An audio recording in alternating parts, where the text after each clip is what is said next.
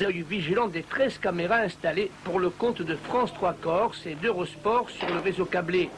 30 techniciens sont à pied d'œuvre, ils doivent tirer des centaines de mètres de câbles et mettre en place le dispositif pour retransmettre cette rencontre la plus médiatique de l'année en Super D2.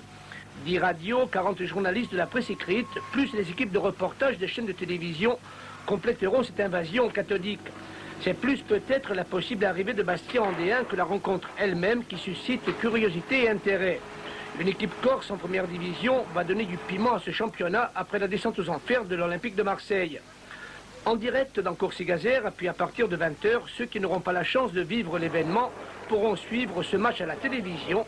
Deux vieilles gloires du Sporting de Bastia commenteront l'événement, Fanfan Félix et Antoine Redin. Rendez-vous donc à 20 h précises sur France 3 Corse. Pendant 1h30 hier soir, toute une partie de la ville de Bastia a suspendu son souffle. Sur les places et dans les bars, les supporters qui n'avaient pu accéder au stade se sont massés devant les petits ou grands écrans.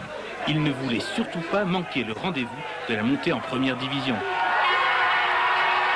La pression était forte et l'enthousiasme libérateur. Dès le coup de sifflet final, la ville s'est enflammée.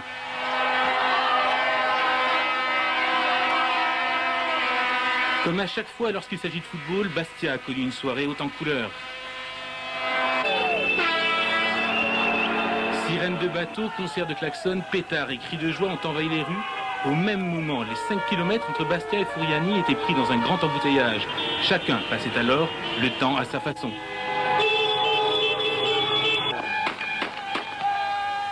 Entre la place Saint-Nicolas et le boulevard Paoli, la ronde des supporters a duré tard dans la nuit. Durant quelques heures à Bastia, tout était permis.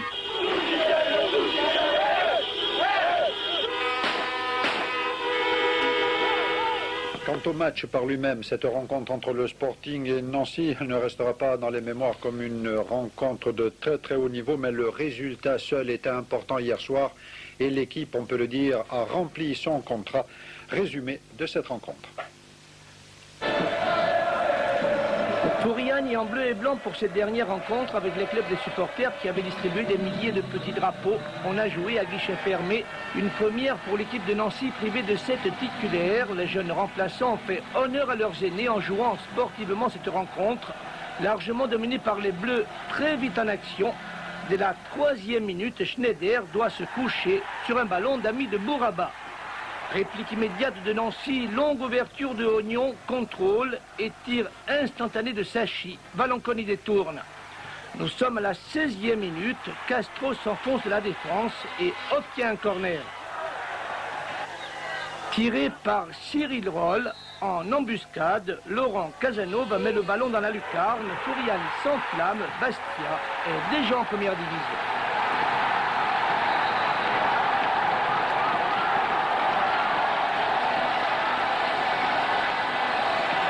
Superbe détente du milieu de Bastia. A noter en fin de première période ce but refusé à Laquet. Il semblerait, on ne le voit pas sur l'écran, que Sachi revenait d'un hors-jeu de position signalé par le juge de touche. Jusqu'à la fin, Bastia s'est contenté de contrôler le jeu. Le résultat comptait plus que la manière de l'obtenir et puis l'image finale de la pelouse envahie par les supporters. Quelle fin de soirée pour ce retour de Bastia parmi l'élite du football français.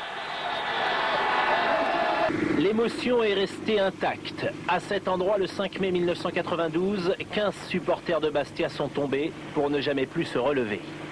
Hier soir, quelques heures avant le coup d'envoi, c'est à eux, une nouvelle fois, que les fidèles du club corse ont pensé. J'ai perdu des amis, alors je veux que pour ceux qui sont partis, je veux que toute la Corse ressente tout ce qu'on a perdu et je dédierai aussi la montée en D1 pour les victimes.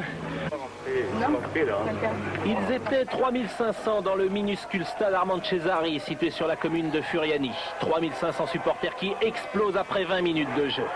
Laurent Casanova, né ici à Bastia, marque l'unique but de cette partie et envoie le club en première division. 22h15, le terrain est envahi. 8 années après la descente en deuxième division, 2 ans après le drame, Léon Slavagne, l'entraîneur du Sporting, a gagné son pari. Et ma foi, on était parti pour le maintien et on monte en première division. Alors, je crois que ça veut tout dire. Ça... Allez, bâtard! La formule est usée, mais elle est confirmée dans chaque bouche. Jamais de mémoire de Bastiais, on avait connu pareille allégresse. Le centre est bloqué de nombreuses heures. La place Saint-Nicolas est le lieu de rassemblement de toute une ville, de tout un peuple, assure-t-on ici. Bastia jouera la saison prochaine en première division. C'est véritablement maintenant que les choses se corsent.